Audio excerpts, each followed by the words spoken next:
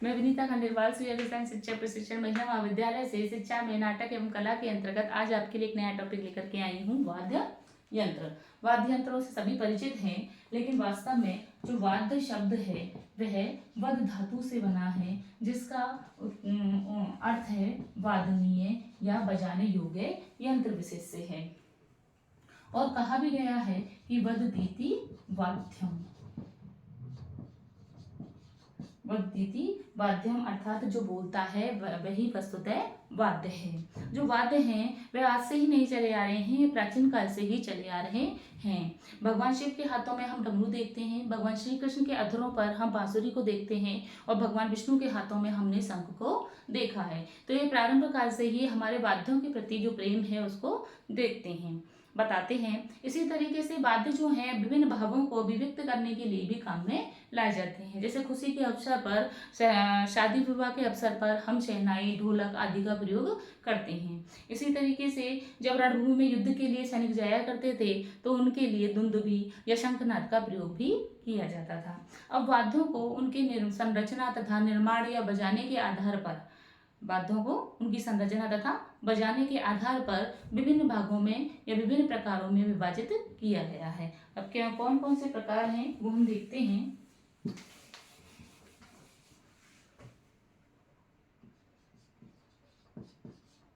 इनको मुख्यतः 4 प्रकारों में विभाजित किया गया है। पहला है तत्व वाद्य यंत्र, दूसरा है सुषिर वाद्य यंत्र,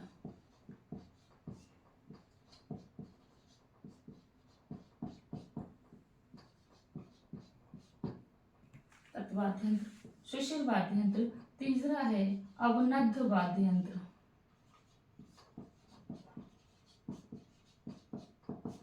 और चौथा है घन वाद्य यंत्र।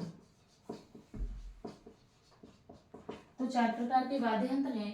तत्व वाद्य यंत्र में तारों का प्रयोग बजाने के लिए किया जाता है, तो इसके अंतर्गत आ जाते हैं सितार, वाणी, सारंगी आदि। इसी तरीके से जो सुषिर वाद्य यंत्र हैं उनके लिए बजाने हेतु हवा का प्रयोग किया जाता है। इसमें है शंख, बांसुरी, हारमोनियम आदि।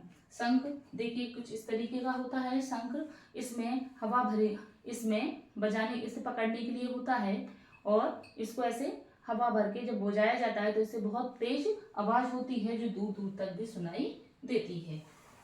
इसी तरीके से अवनद्ध वाद्य यंत्र जिनमें चमड़ा मड़ा होता है, जैसे ढोलक, डमरू, जिनमें चमड़ा मड़ा होता है और आघात का प्रयोग बजाने के लिए किया जाता है। घन वाद्य यंत्र जो धातु से बने होते हैं, जैसे घंटी जो पूजा में काम में आती है, घंटी, और हम बात करें करताल, झांझ, मंजीरा आदि। घंटी कुछ इस तरीके की जो पूर्णतः धातु की बनी होती है और इस तरीके से बजाती हैं तो वह आवाज करती है। तो इन सभी वाद्य यंत्रों का प्रयोग समय समय पर किया जाता है। धन्यवाद।